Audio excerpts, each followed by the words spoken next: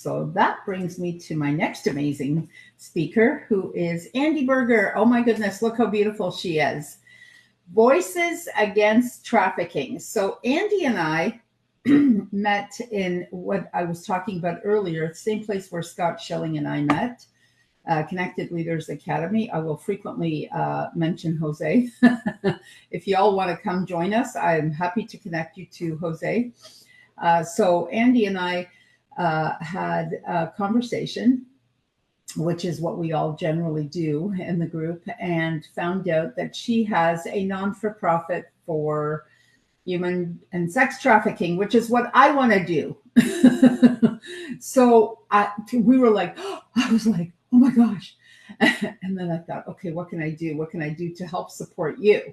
Mine's not ready yet anyways, but what can I do to support you? Because she's in the US. So we're going to have to do something. We're going to do some sort of crossover because I'm in Canada. She's in the US. This is a terrible, terrible, terrible thing that goes on in life. Like, this bullshit has to stop. Like, it's just ridiculous that this is what's happening with humans today. And the fact that it's here on North American territory is just unacceptable to me. So that's why I'm getting involved. That's why Andi's involved. And with that, I give you the most amazing Andi Buerger, and I'm going to let her introduce herself to you, and I will mute myself. Andi, take it away, sweetheart. Well, my goodness, that's quite the buildup. But thank you, Marianne. I appreciate it. Yes, I'm Andi Buerger. I'm founder and chair of Voices Against Trafficking. And as she so well said, we are here to turn the tide against predators and in favor of victims of human trafficking. And, you know, authentic leadership, it applies to all businesses, whether you're mom and pop, Fortune 500, or a nonprofit. You know, in the nonprofit world, it works just a little bit differently, but same basic principles. And after 50 years in business, 20 of which have been in nonprofit, I've learned a few things. But the most important thing was to figure out who I was in order to be a good leader. And that took some doing. I am myself a survivor of child sex trafficking for 17 years in the early 60s, before, you know, there ever was a term. We didn't even talk about child abuse in any culture that I know of back then.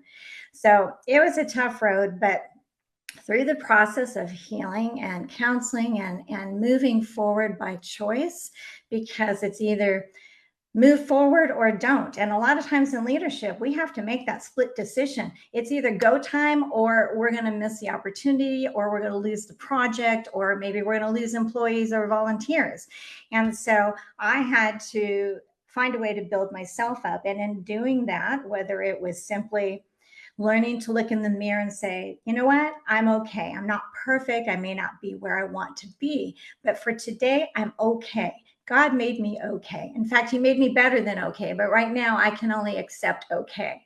And through the process of practicing the things that I then became proficient at to help teach others, I found that when you can inspire others to achieve their goals, as well as your goals, that's a win-win for everyone.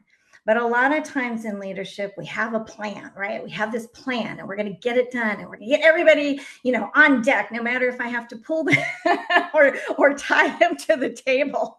But that's not exactly the best way to go at it. So what I learned is that wanting more for them, you can't always want more success for them. They have to want that for themselves. But what you can do is create the ability for them to find that, kind of along the lines of how I had to learn. We can't make someone believe in themselves, but we can certainly encourage it.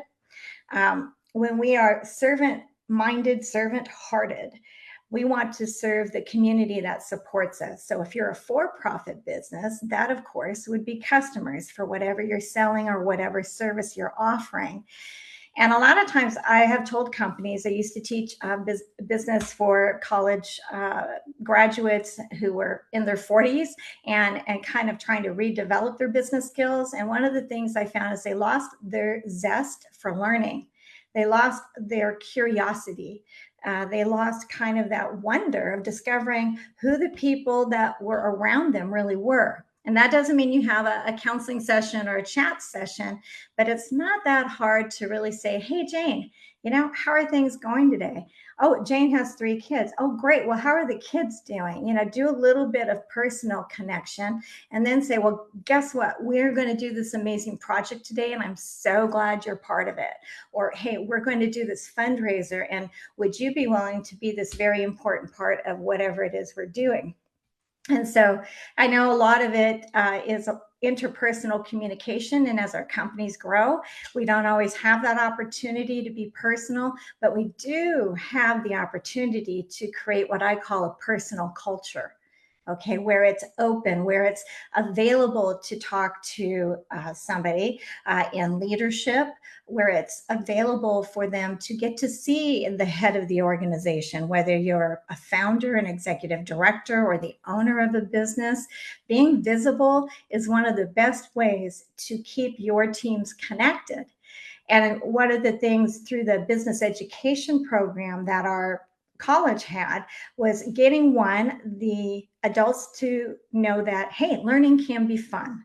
I use a lot of object lessons. I use a lot of humor because natural redheads are naturally crazy and funny. So I figure, why not share it with the rest of the world? And then we would get down to brass tacks. Hey, this is what we're going to focus on tonight. And we would have projects. I would make sure that there were some interactive projects, whether it was using Lego pieces at different tables, turning on music for 2 minutes and having everybody rotate, try to build something and see what would happen. The first team was like, oh yeah, we're going to build this. But guess what? When they had to rotate, oops, oh wait, now I got to work with something that somebody else created.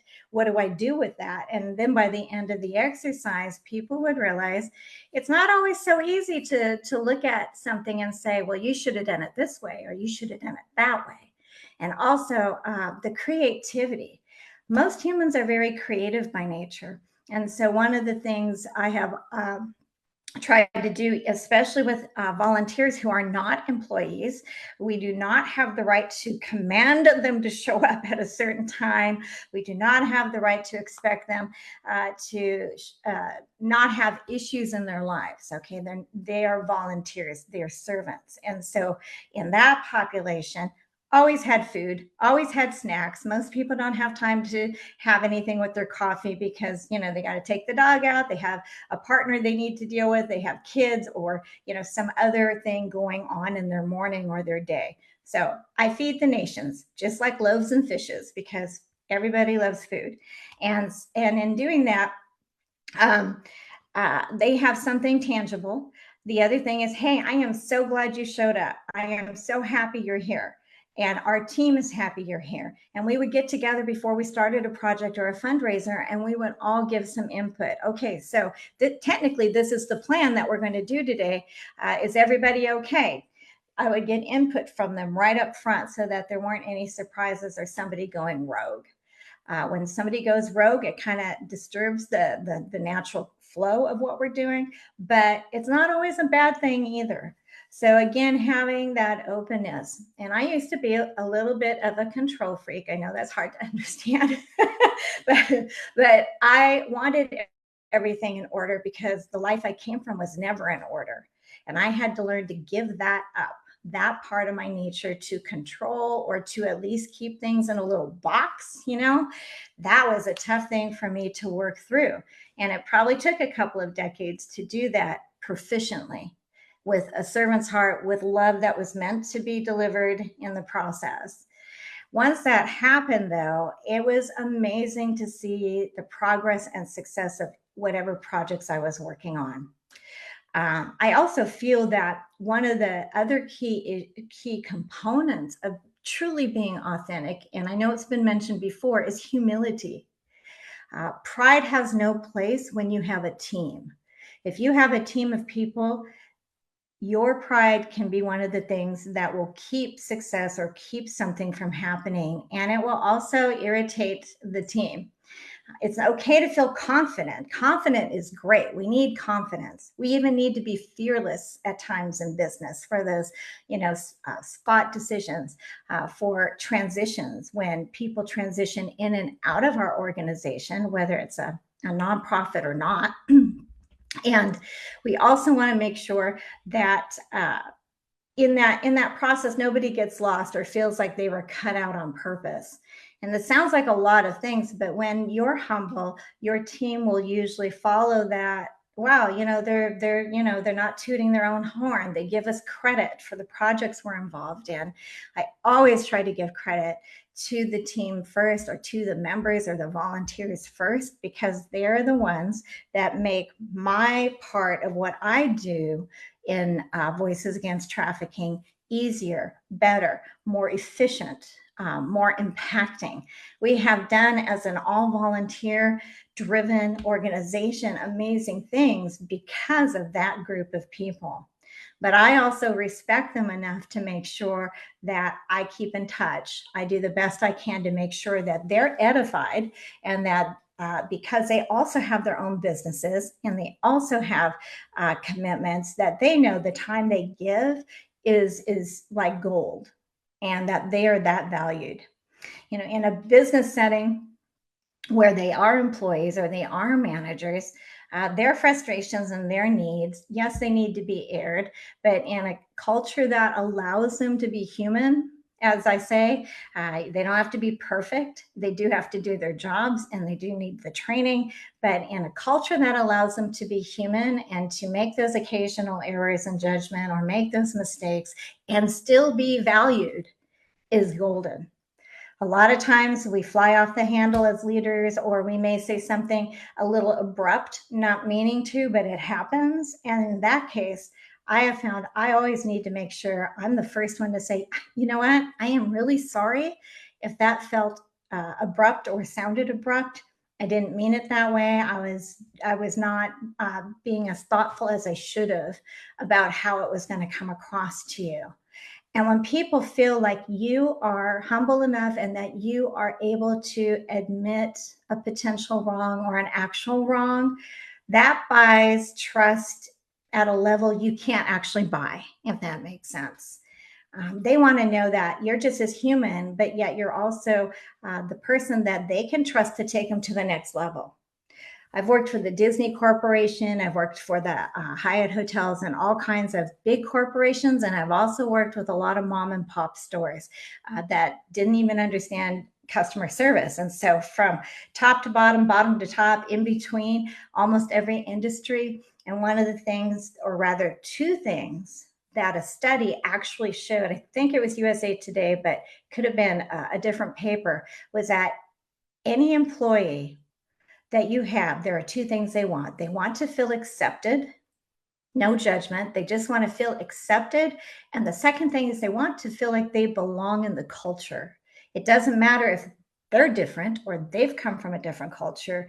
It's the culture that we provide and that we create that will make them feel safe enough to be the best that they can be. And, we all have employees or volunteers that maybe need some special help or special skills. If we really want that person on our team, then it's up to us to find a way to provide that. I had a lot of volunteers who hadn't even finished their GEDs or their diplomas in high school. They were great people. They already had families. They felt like they could never get that. And so I would make sure with my husband that they had the same opportunities to get their high school diploma or GED, the same way that we were doing for our kids that we were rescuing off the streets. We wanted to make sure that they knew they could grow personally, work-wise with us. So when we do that and we show them that there is a way, no matter what age and stage you're at, even though it's not directly related to what they were volunteering for, it makes a big difference to them. I do believe in being loyal. I do believe in cultivating loyal, but we have to understand the strengths and the weaknesses of each and every member. Just like Marianne mentioned Jose. I mean, he knows every single person in Connected Leaders Academy and can probably spot strengths and weaknesses with no problem. Those of us who have been around business for a long time or nonprofits, we get that. Sometimes it's timing. Sometimes we don't have the time to do everything we want to do. But again, if we set up the culture to be open to it, people will talk to you. They will feel like, okay, she's safe to talk to, or he seems to understand that, I have a supervisor that has too much coffee every day and is buzzing around and driving me nuts trying to, pile on 8,000 things for me to do. I had a couple of managers like that in Disney, and I know what it's like to, get squashed by people that are not really leaders, they're managers. So all they're thinking about is, bam, do this work for me, get this done. And that was the extent of the relationship at work. But one of the things that I did pick up from Disney, which I thought is very key, and if this is a good takeaway, especially for new folks in business or starting out, 3 C's: caring, concern, communication. At that time in the early 90s, I worked for the resort hotel, which was privately owned. It had not yet become part of the Disneyland Park in Anaheim, California. But at that time, caring, concern, and communication. You needed to care about the people that were spending a lot of money and a lot of time and had a lot of hopes coming to Disney. And we needed to care about, oh, is it a birthday? Is it an anniversary? Maybe Junior skinned his knee, running around the park or something. Whatever it was, we had to care first. We had to be concerned about other people around us, not just the customers, but our coworkers. We needed to be concerned about anything that would affect the experience that our guests had while at the resort. And no, we were not perfect. There were a lot of things that were said behind closed doors that would not be appropriate in front of closed doors. But anytime there was a guest around, anytime a customer is around, everything had to be perfect as possible in behavior. And then communication. We all know that communication is important, but how often do we take the time to reevaluate how we're communicating during the course of our business activities, whether we've been in business 6 months or 60 years? We need to always reevaluate our leadership, because I don't know about you, but I changed. I've had several transformations in my life, and I think that's a good thing, because we want to grow as people. And maybe we figure out things that we wanted to do before and we didn't get to it, and then we change. So expect the employees and the volunteers to change too. But I think at the end of the day, the most important thing is to be real yourself. And I think that I really do believe when people feel that you are being completely transparent and authentic in the business setting, you don't have to tell them your personal life story or be that transparent, but you do need to leave the baggage at the door, just like you expect them to. But being real in that culture that you've created. I apologize for my voice. I've been speaking a lot this week, but being real, I'm being real right now, and letting people know, hey, you know what? I'm just a little bit under, but I am so here. I was so excited to be here today, and I wanted to just share a little bit about the evolution of leadership in whatever your business entity is. And I did hear a little bit about the family unit. Yes, the family unit is a little business, whether it's 2 adults, it's adults with children, it's grandparents with children. Again, the more real, the more that they can trust you, the more opportunities you will have to have conversations that make a difference and that matter in the lives of the children, in the lives of that relationship, whatever that unit looks like. And so it's not that we have to be on all the time, but when we are trying to lead, when we are the leaders that I believe God has made us to be in whatever facet of life we're in, that we have higher help, we have higher wisdom, and implementing that is one of the best things that we can do as well. The people who receive that from us may not know where it came from or how it happens, but we do. And I do believe that in a lot of ways, God was my leader. God led me to do so many things I would never have done. I would have been too scared, too afraid. And there were times, many times actually, during my life where I'm like, what? You want me to what? I don't think I can do that. I think you have a lot more confidence in me, God, than I have in me. And that was probably true. But I knew that my Father God would never lead me to do something that was against my best interest or against the best interest of the people that I was connected with. Because in my life, He saved me from 17 years of human trafficking, and He allowed me the honor and the privilege to go help others, the voiceless victims of this horrific human epidemic. And in doing that, He brought others that were attracted to the mission and allowed me the honor of being able to help lead them into doing things that are educational, that are promotional, and that involve rescuing victims that we do on a regular basis around the world, and also to expand into other nations around the world. So Marianne may be in Canada, but I am her US sister in this project. And I am so, so grateful to spend this time with each of you. And also to know that if you haven't heard this today, you are awesome. You are valued. You are loved by Heavenly Father. And I am so honored to be with people that are servant leaders, that are trying to do better for the world in business and in all of the other areas of our life. After the three C's, I think the other thing I wanted to mention too is that no matter what you feel like as a leader, I'll give you a really quick example before closing out, but there are a lot of things that I'm not transparent about, and that partly is my health. I've had a lot of challenges, not just autoimmune issues, but at one point in 2008, or rather, I'm sorry, 2012, I had what they called celiac-induced liver failure. And I had a bunch of teenagers that we had rescued. My husband and I had housed over 16 of them, over the years. And suddenly I had no executive director at the time. And I'm thinking, how am I going to be able to do this? I don't know what to do. But then I realized all you have to do is one thing, just one thing today, Andi. If you do one thing that pushes your mission further, then you're going to get there, just like the tortoise and the hare. It may seem like it's taken forever, but you can do this. And honestly, it would take about half a day for me to get ready to go out and meet the general manager of a big box store or a local business. But when I did, instead of a 2-minute conversation, we would have 30, 40-minute conversations. And those businesses became partners with us locally here in Central Oregon. And that is how we ended up being able to rescue over 300 kids. And as I recovered and got better, obviously it went faster. But just that one thing, no matter what you feel like, get up, show up. And that's what leaders do. So thank you for your time. I'm so grateful. And Marianne, you're the bomb.